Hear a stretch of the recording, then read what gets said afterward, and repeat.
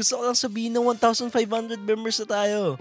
Biglang dumami kayo mula nung dalawa na yung advance video. Kaya ngayong 1,500 members na tayo, gagawin ko ng 3 yung advance video natin para sa members. At kapag umabot tayo ng 2,000 members, gagawin ko ng 5 yung advance video natin. Promise ko talaga sa inyo, sulit yung magiging membership nyo this 2025.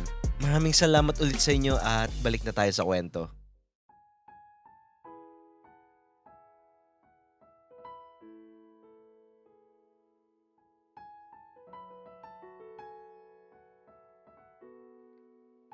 About us.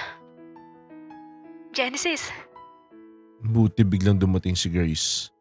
Hindi sa ayaw kong kausapin si Ira, pero parang gano'n na nga. Siyempre pa-choosy muna tayo sa una. Gusto ko din makita kung gugustuhin niya talaga ako makausap. Dito muna kami, Ira. Sa susunod na lang. Sige. Ano yun? Nagkabalikan na kayo? Hindi, no? Kaya kami magkasama kasi magkagrupo kami sa gagawin naming reporting. So, nakausap mo na? Alamang, need namin mag-usap para sa research namin. Siyo nga. Ibig ko sabihin, sa relationship nyo, kako kung nag-usap na kayo about dun. Hindi pa. Bakit hindi pa? Kahit kailan ka talaga no? Iboy naman niya. Ako, pinahirapan niya tapos siya walang kahirap-hirap magkakayos kami. Immature naman nito. Bakit ba ginawa niya gagawin mo din? Eh di wala kang pinagkaiba sa kanya. Gusto ko lang siyang subukan. Kung gusto niya talaga magkayos kami, syempre gagawa siya ng paraan niya. Daming alam. Kanina nga gusto niya na ako kausapin pero buti dumating ka. Thank you Ha? Eh bakit hindi mo pa kinausap? Kausapin mo na. Huwag na. Kulit talaga nito babaeng to. Kakauwi ko lang galing school. Kinuha ko agad yung isa kong phone. Bala kong i-chat siya gamit yung Gendeso ko. Pero di na pala kailangan. Nakita ko agad na may miss call siya sa akin. Uy, Gendeso. Diyan ka ba? Tawag ako. Ano na naman kaya ang balak nitong taong to? Bakit? ML ba? Hindi. Need ko lang ng kausap. Sige tawag ka. Musta school? Ayos lang. Nakausap mo na si Genesis?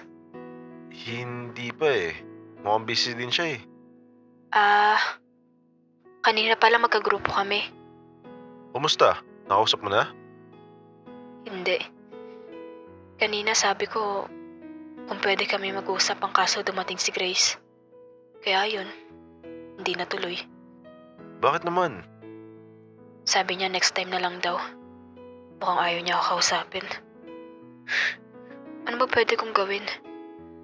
Di, kausapin mo bukas, yung kayong dalawa lang. Baka kaya niya hindi sinabi yun kasi baka hindi siya comfortable na nandun si Grace. Kainis talaga. Lagi na lang umiepal yung babaeng yun. Paano kung umayaw na naman siya? Gusto mo ba talaga magkaayos kayo? Oo. Kung gusto mo talaga, kahit anong tanggi niya, pipilitin mo siya. Pero kung patuloy ka pa din niyang tatanggihan, nasa'yo na yan kung susukuhan mo na siya. Hindi. Hindi ako titigil hanggat hindi ko siya nakakausap. Napangiti ako sa sinabi niya. Mukhang desidido talaga siya magkayos kami Mukhang naman pala siya magpakumbaba Kala ko, puro cartel lang yung alam niya.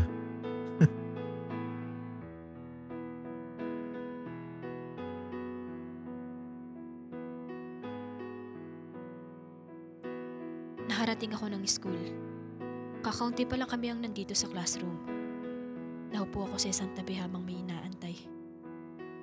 15 minutes at sa wakas nandito na yung taong kanina ko pa hinihintay. Dire-diretso lang sa paglalakad at hindi niya ako nililingon. Nasa likuran niya ako banda kaya nakikita ko ang kinikilos niya. Maya-maya lumapit sa kanya yung mga babaeng nambubuli sa kanya. Nakikita ko kung paano siya pagtripan. Wala siyang pakialam. Hinahayaan niya lang kung paano siya bulihin ng mga yun. Isa yan sa mga ayaw ko sa kanya. Hindi niya sinusubukan lumaban kaya mas lalo siyang pinagtitripan. Gusto ko siyang lapitan para ipagtanggol.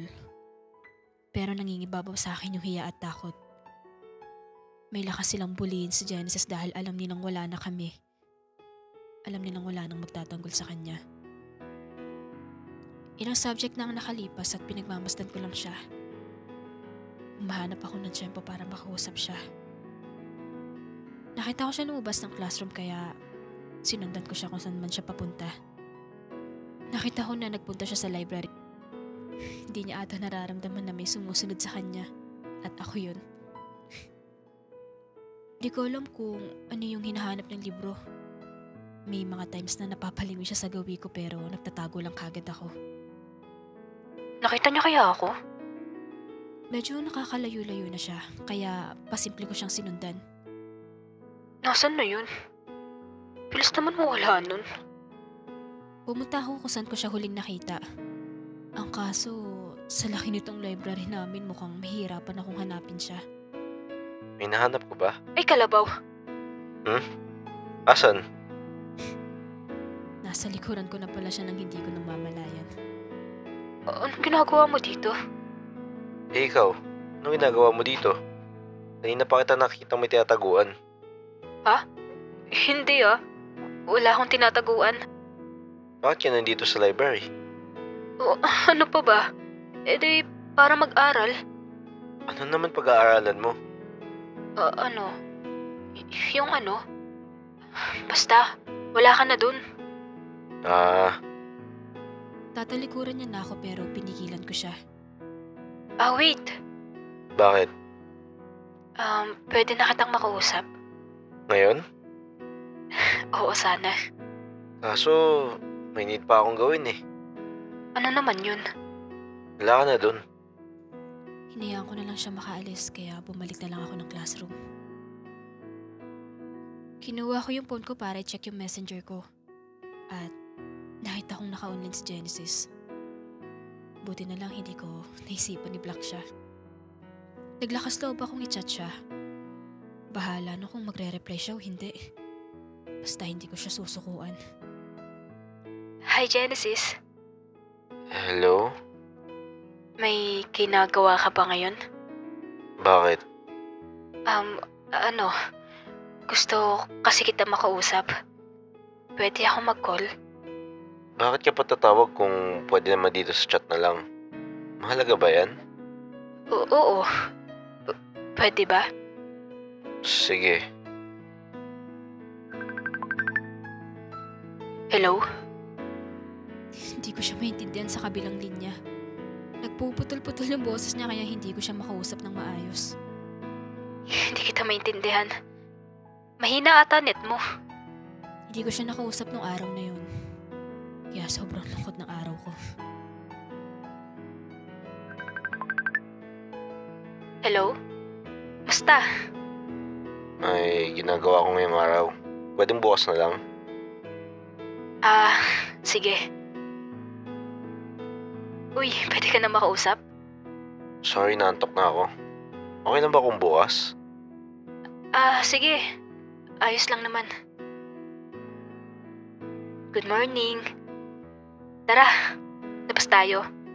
Libre ko na. Wala ako sa bahay. Sorry. Okay lang.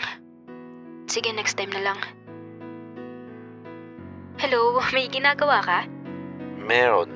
Birthday kasi ni mama ngayon kaya busy ako. Sige. Pasabi kay tita na happy birthday. Genesis, pwede na kitang makausap? Bukas after ng class natin, punta ako sa library. Nandun ako kung saan tayo gumawa ng research. Hindi ba pwede ngayon? O wala ako sa bahay. Sorry. Sige, ayos lang. Hindi ko alam kung iniiwasan niyo ako o sadyang busy lang talaga siya. Gusto ko na magkaayos kami pero parang siya na mismo yung lumalayo. Bawat tanggi niya sa akin parang pinupunit yung dibdib ko sa sakit.